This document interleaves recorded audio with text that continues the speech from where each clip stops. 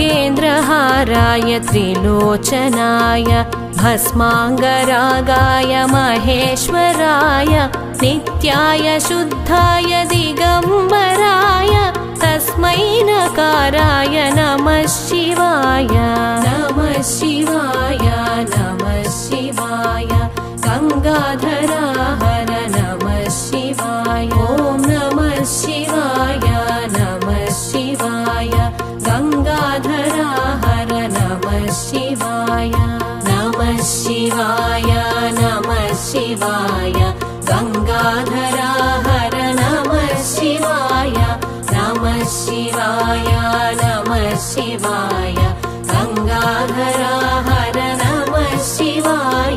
मंदाकिनी सलिल चंदन चर्चिताय नंदीश्वर प्रमथनाथ महेश्वराय मंदार मुख्य बहुपुष्प सुपूजिताय तस्मै मकाराय नमः शिवाय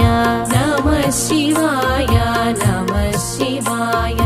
गंगाधरा हर नमः शिवाय ॐ नमः शिवाय नमः शिवाय गंगाधरा हर नमः शिवाय नमः शिवाय नमः शिवाय गंगाधरा हर नमः शिवाय नमः शिवाय नमः शिवाय गंगाधरा हर नमः शिवाय शिवाय गौरी वदनाब्जवृन्द सूर्याय दक्षाध्वरनाशकाय श्रीनीलकण्ठाय वृषभध्वजाय तस्मै शिकाराय नमः शिवाय नमः शिवाय नमः शिवाय गंगाधरा हर नमः शिवाय ॐ नमः शिवाय नमः शिवाय गंगाधरा हर नमः शिवाय नमः शिवाय नमः शिवाय गंगाधरा हर नमः शिवाय नमः शिवाय नमः शिवाय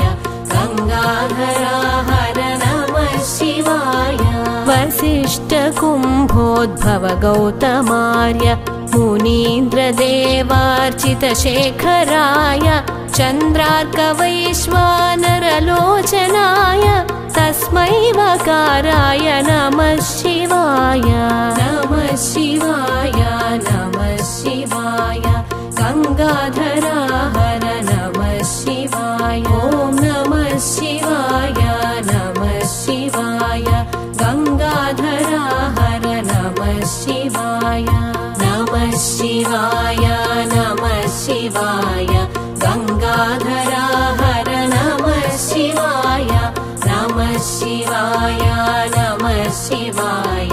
गंगाधरा हर नमः शिवाय यज्ञस्वरूपाय जटाधराय पिनाकहस्ताय सनातनाय दिव्याय देवाय दिगंबराय तस्मै यकाराय नमः शिवाय नमः शिवाय नमः शिवाय गंगाधरा हर नमः शिवाय ॐ नमः शिवाय नमः शिवाय गंगाधरा हर नमः शिवाय नमः शिवाय नमः शिवाय गंगाधरा हर नमः शिवाय नमः शिवाय नमः शिवाय गंगाधरा हर नमः शिवाय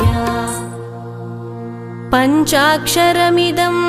पुण्यं यः पठेत् शिवसन्निधौ